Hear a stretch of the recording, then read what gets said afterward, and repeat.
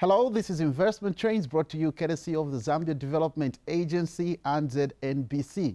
The importance of exports in modern economies cannot be overemphasized, as exports offer firms both small and large a much wider market for their goods and services. Exports also give countries access to foreign exchange, which governments use to import other critical goods and services from other countries. But what does it take to export? What steps, documents, and other important information is needed as firms prepare to export? So, building up on last week's program, the program shall endeavor to respond to these questions. To guide us through this conversation is Petronella Ndimbwa, Export Development Specialist at ZDA. Madam, it's good to have you in the studio. Thank you very much. I would first want to find out why should a firm export, and what are some of the benefits? I know that last week we did delve much into this discussion, but what are the benefits that a firm would accrue in exporting?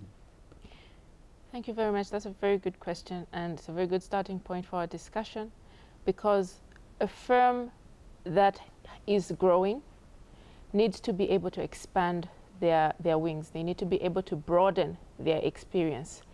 So in reaching far and wider markets, you find that focusing on the local market limits a company's growth. So in order for the company to grow, and in order for them to exploit the maximum production capacity that they have, and also to expand, they need to be able to reach into the export markets. And also they need to spread their risk, because there are so many risks that are encountered on the local market. Of course, there are risks also across the border, but spreading the risk also helps the company to ensure that their business stays afloat. In addition to that, they are also able to earn additional revenue. They have new revenue streams. They have also new products which they can develop, and also even adapt and grow their brand. There are so many benefits actually out of exporting. They will also earn foreign exchange, much needed foreign exchange for their company. Beautiful. But we have so many goods and services that Zambia produces. But what specific goods here are we looking at for the subject of exports? So for the export business in Zambia, of course, copper goes without saying. But for ZDA, our main focus is promoting the non-traditional exports, which are products away from copper, because our mandate is to diversify this economy. So we are looking at goods like products of the agricultural sector, goods like cotton, tobacco, the sugar, the agro-processed goods, the beverages, the foods, the biscuits, the sweets that are being produced, the detergent pastes that are being produced. We have seen a lot of companies going into chemicals and pharmaceuticals, producing products like sulfuric acid, explosives. All of these are being exported out of Zambia.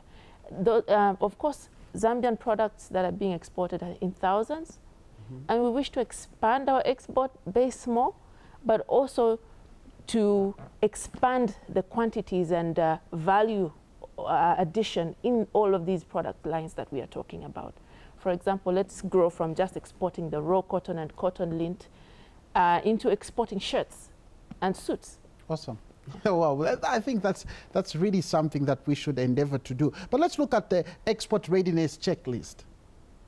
Export readiness checklist, we have one as ZDA, and we encourage all SMEs, whether they are micro, medium, or small, to come through to the ZDA, particularly to start by registering with ZDA as an institution, and then take part in the export readiness trainings that we have.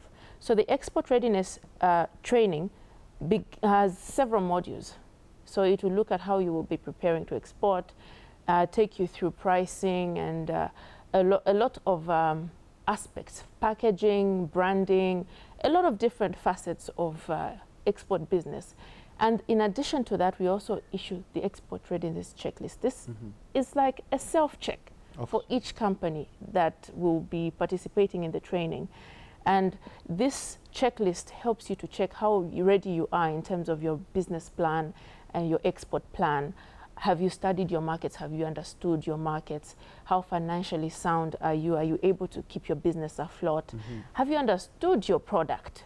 For example, a lot of people come in and say they want to export honey, but they have not even understood the honey that they want to export. Probably they just have a market. Yes. So the export readiness checklist will take them through all of these stages and check how much investment they've put in and how much return they expect to get when they invest a certain amount of money, how much they intend to offload onto the market based on their installed capacity, because each company needs to understand how much they're able to produce at the maximum and how much they are producing as at now and how much they can actually supply into their market. So those are some of the components that are contained in the export readiness checklist. That's beautiful, but let's look at export financing. You just mentioned that they've got to look at also how they're going to manage the financing aspect. Let's look at that, export financing, something really critical when it comes to export business enterprise. Kindly help us in that. Are you taking up education? Are you training your people? Are you sourcing finances for them in order for them to fully be engaged in the export business? Thank you very much. That's a very key question. And for that reason, in almost every single export readiness training that we have, we always add a component on finance. And we always endeavor, in fact, we always ensure that we invite experts in finance, and these are the people that come and speak to them about the financial products that are available. So what we do as ZDA is that our mandate does not include loaning out money to these companies, but we can link them to these financiers. So we have different partners from both commercial financing institutions, as well as projects and non-profit making financial institutions, which are able to give them grants. So in these trainings, we educate them on the importance, first of all, like I said, of the business plan, because the business plan is going to contain those financials. And it's based on that business plan and that export plan that these financial institutions are going to gain confidence and say, okay, if we lend this person money or if we give this person a grant, they are actually going to pay back, or their business is actually going to be actualized and it will actually grow. In addition to that, the Zambia Development Agency houses a project called the Zambia Export Development Fund. I'm sure the detailed discussion can be held for Dr. another Chewe day. Came through, yes, and we had a discussion in the line. Yes, maybe probably you add some. Yes, so the Zambia Export Development Fund is able to finance these companies, but it's only when they show that they are actually export ready. And that is the importance of the export readiness check. Awesome. Because you will not be given money to export so that you start supplying on the local market. It's Export Development Fund. So you must be able to use it at the point that you are going to export. There have been a lot of clients over the years who have benefited from this fund, and some of them were from the floricultural sector. They were dealing in flowers, fresh cut flowers. They were growing them, and they've been exporting into Europe because of that Zambia Export Development Fund. Others are from the handicraft sector, for example. They've also benefited from that. But it's about also growing your product, and your product must also be export ready, in addition to your company itself being export ready. So we know that planning is quite critical in all this aspect, and just having a desire of exporting, sending out your product outside the country could be something really, really exciting that you overlook certain aspects. And I know we've touched on the export readiness, but let's look at the issue of planning. How are you helping these firms who are excited about export? Yes. So after we realize that you are after we identify rather that you are export ready, we now take you through mentorship and also capacity building in other areas, like helping you develop that business plan by way of including an export plan. So this export plan should contain things like your target market and of course your financial plan. What's your plan for distribution and logistics? Have you done your market research? What have you understood about the market that you're intending to go into? For example, we receive a lot of clients who come in and say they want to export in the famous Congo market.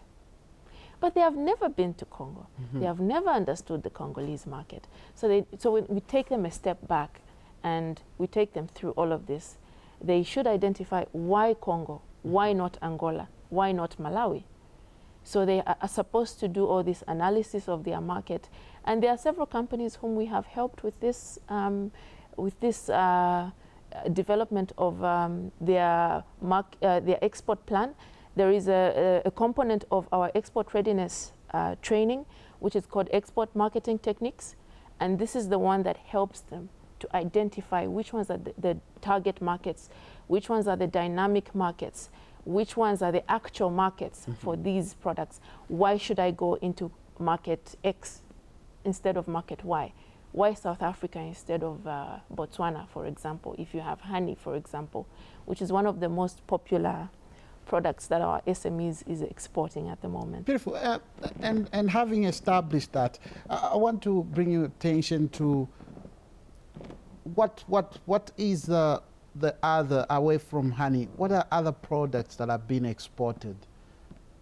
The majority products as the small, medium enterprises are taking advantage of. Yes, so we find a lot of our small and medium scale enterprises. I'll start with the higher tier ones. A lot of them are exporting high value products like gemstones. So even as we are speaking, some of them are showcasing their products at the Dubai Expo. It's going on. It's been on from October, and it will be going on up until March. So some of them are showcasing some of these high value precious stones that they have. These are our artisanal miners, and they need that support. And also we have the ones that export the crafts. The market for such products is very lean locally. So you find that most of these have been relying on export markets.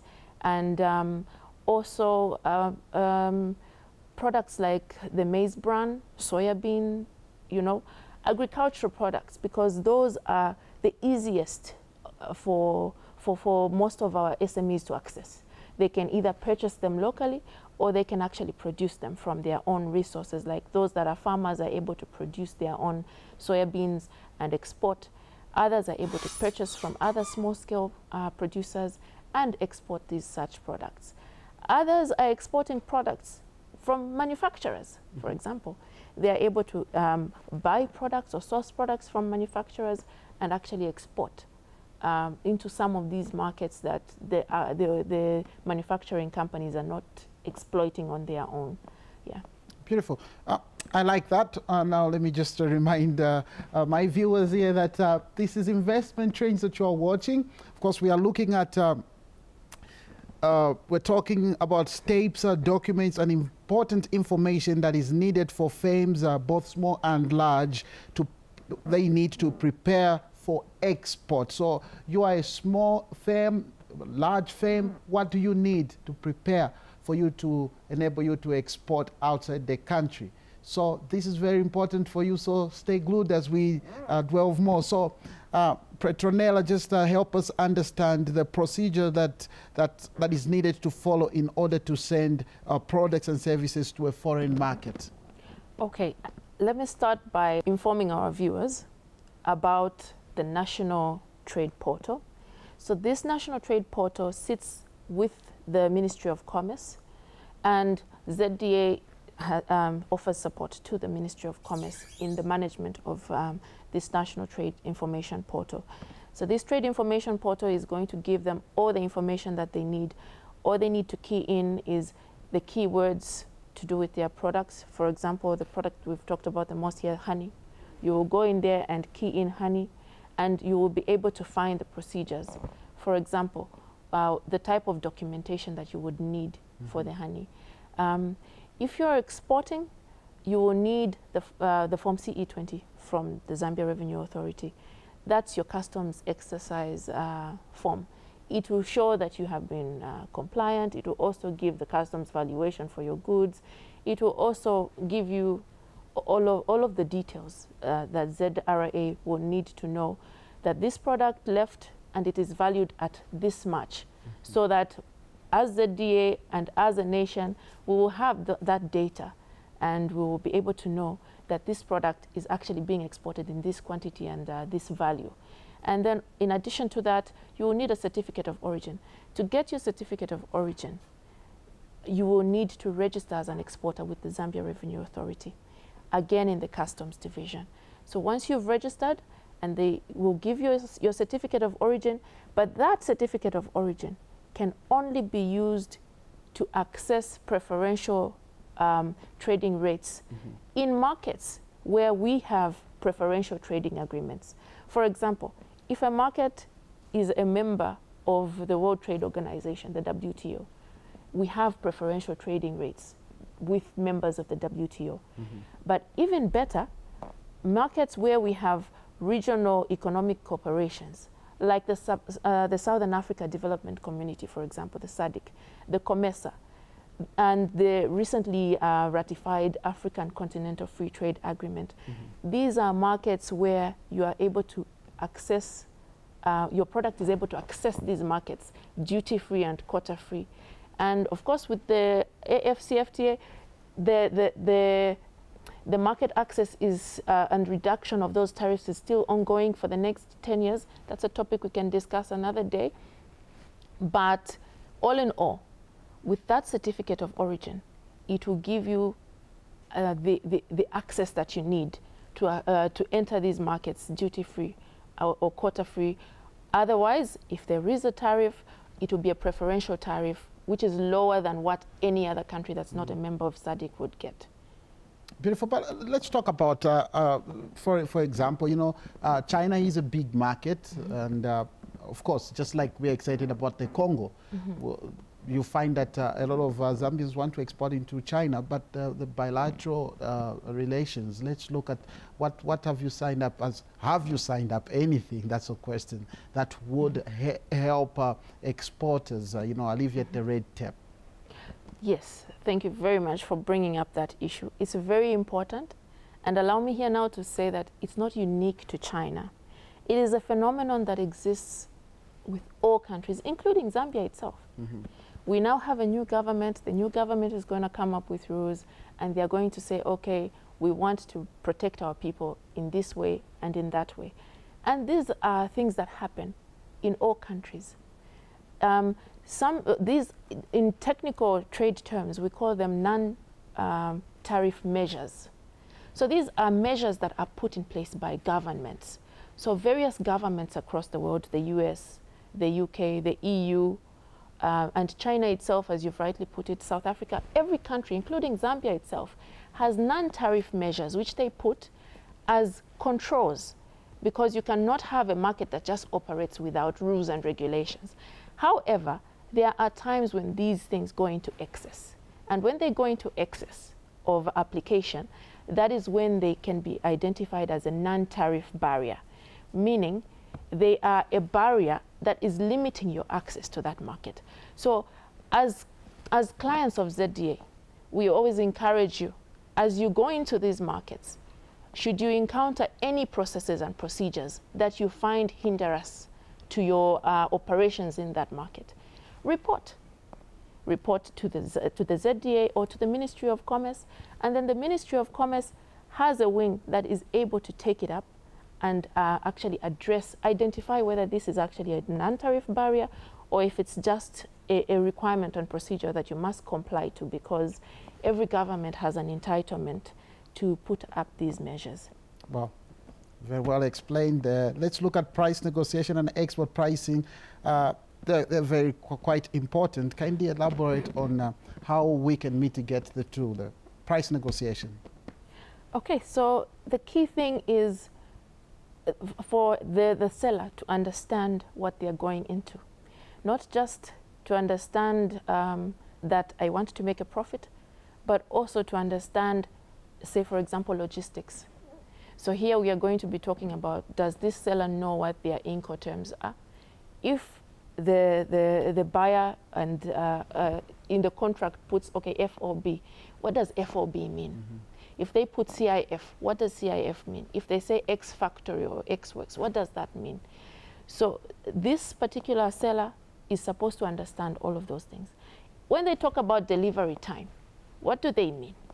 Because delivery time is also something that is going to affect your pricing of your goods. Mm-hmm. So the terminology that your buyer and yourself are going to be using in your contract affects the price of the good that you are going to export. And those are the tools that you will be using as you are setting the price for your good at the end of the day, because you will find yourself putting a price which will limit you. Mm-hmm. Because at the end of the day, you'll say, oh, okay, I can sell it for $5. I can sell it for $5 because now I'm in China. And then you find that you do not recoup your transport costs because you did not take note that actually when they said FOB, they will pick it up from the port. Yeah? They will pick it up from Durban. You will incur all the costs up to Durban. You did not take that into consideration. All you thought was, oh, it's FOB, so they'll just pick it up, you know? But it's FOB where? FOB Durban. FOB Durban will mean I have to take that good up to Durban. I will incur the costs for Durban. So the costs for Durban, I must also include them in my price.